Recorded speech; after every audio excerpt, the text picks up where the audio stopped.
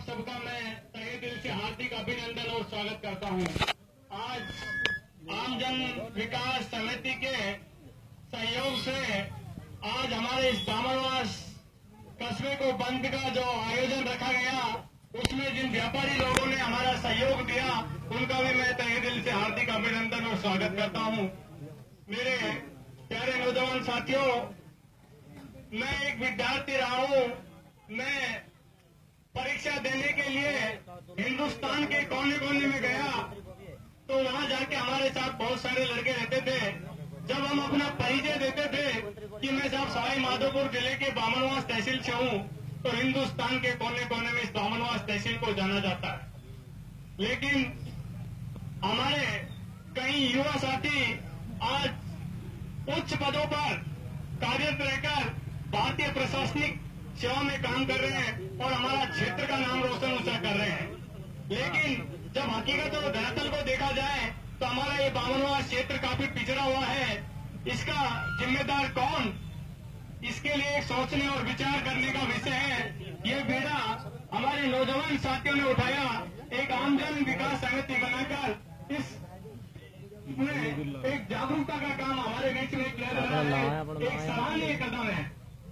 प्यारे नौजवान साथियों, जब हमारा देश 15 अगस्त सन 1947 को आजाद हुआ, आजादी के बाद पहली बार 1952 में जब आम चुनाव हुए, तो संविधान के निर्माता जो आज और हम सब बैठे हुए हैं, जिनकी बदौलत है, डॉक्टर BR अम्बेडकर साहब और होलकर साहब चुनाव लड़े, तो देश का दुर्भाग्य रहा, हमारा दुर्भाग्य रहा कि डॉक्टर भीमराव अम्बेडकर साहब को चुनाव हारने का मौका मिला और डॉक्टर अम्बेडकर साहब चुनाव हार गए, होलकर साहब चुनाव जीत गए।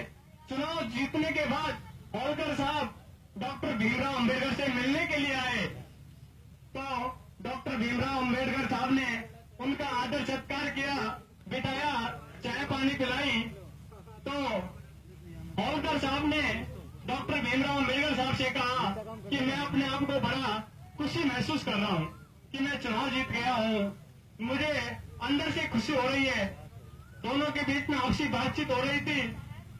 तो डॉक्टर भीमराव अम्बेडकर साहब ने पूछा, आप चुनाव जीत गए, बड़ी खुशी की बात है, जनता ने आपको मौका दिया, लेकिन आप चुनाव जीतने के बाद में क्या करोगे? तो होलकर साहब ने कहा, जो मेरी पार्टी कहेगी वो काम करूंगा, मेरी पार्टी के दिशा निर्देश के अंदर मैं काम करूंगा। चले गए, होलकर साहब उठकर चले गए। जाने के बाद में डॉक्टर भीमराव अम्बेडकर साहब हंसने लगे, तो उनका निजी सचिव था नानक चंद रत्तू साहब। उन्होंने कहा कि बाबा साहब आप क्यों हंस रहे हो?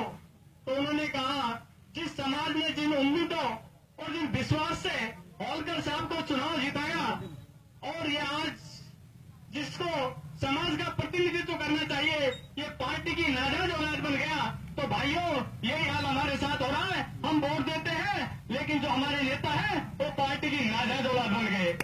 इसमें हमारा दोष नहीं, लेकिन अब हमें समझना होगा और हमारी मांगों के लिए आज मेरा क्षेत्र है बामनवास, जिसको हिंदुस्तान के कोने कोने में जाना जाता है, वो आज पानी, बिजली, सड़क ऐसी मूलभूत सुविधाओं से वंचित है। इसका कारण क्या? एक सोचने और विचार करने का विषय है। मेरे प्यारे नौजवान साथियों, एक सबसे बड़ी समस्या मैं भी इस आमजन समिति के माध्यम से आपको बताना चाहता हूं। हमारी भारतीय जो संत परंपरा है, उसमें नंद परंपरा का जो हमारे कटोरा में आसानंद जी महाराज है, वहां से भजनानंद जी, शिवानंद जी, नित्यानंद जी, जितनी भी नंद परंपराएं हुई है, वो हमारे आसानंद जी महाराज से चालू होती है। वहां पर आज भी हजारों की संख्या में पहाड़ी के ऊपर गाय है, लेकिन वो भूख और प्यास से दम तोड़ रही है। कोई भी प्रशासन, कोई MLA, विधायक स्थान से शुभ लेने वाला नहीं है। ये क्या है? क्या यही लोकतंत्र है? क्या यही गाय पर राजनीति करते हो आप लोग? आज गाय हजारों की संख्या में मरी पड़ी हुई है, लेकिन कोई शुभ लेने वाला नहीं है। ये आम जन विकास समिति के माध्यम से हम प्रशासन को भी ज्ञापन दे रहे हैं, नेताओं को भी बता रहे हैं कि उनकी सुध ली जाए। और एक किसान, आज हमने फसलें की, किसान भाइयों ने कितनी गाय रात भर नहीं सोता था। एक भव्य और अच्छी गौशाला बननी चाहिए, ताकि हमारी गायें वहां पर रह सके और हमारा किसान अपनी फसल को सही तरीके से कर सके। बहुत बहुत सारी समस्याओं के लिए आयोजन ये कर रही है।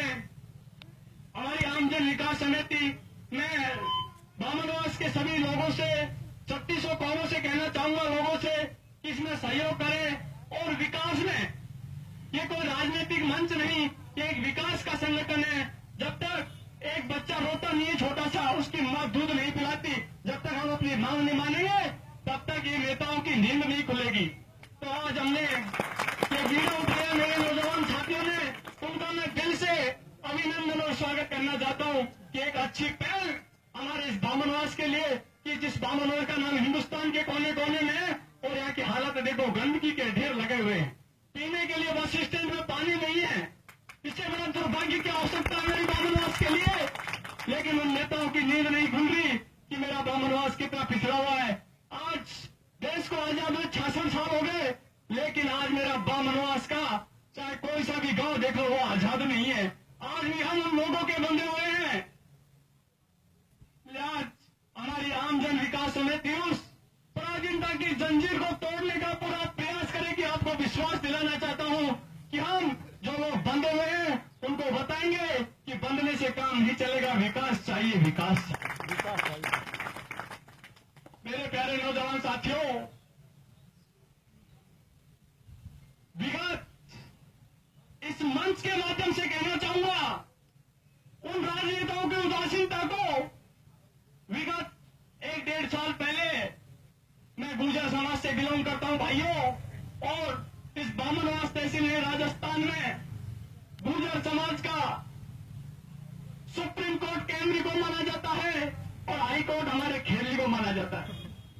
विगत 1.5 साल पहले हमने विशाल किसान सम्मेलन का आयोजन किया, उसमें स्थानीय विधायक साहब को हमने आमंत्रित किया, कुंजीलाल जी मीणा साहब को, और मेरे पूरे समाज ने एक ही मांग की थी कि आप हमारे लिए, यहाँ हमारा समाज पिछड़ा हुआ है, आप एक बालिका छात्रावास देवनारायण योजना के तहत खुलवा दीजिए, हम नहीं हमारी आने वाली पीढ़ी आपको याद करेगी।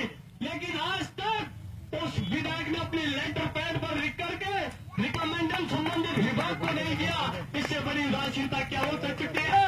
जिस समाज ने उस आदमी को 1 साल में 3 जिताए थे, लेकिन वो आदमी समाज का भला चाहता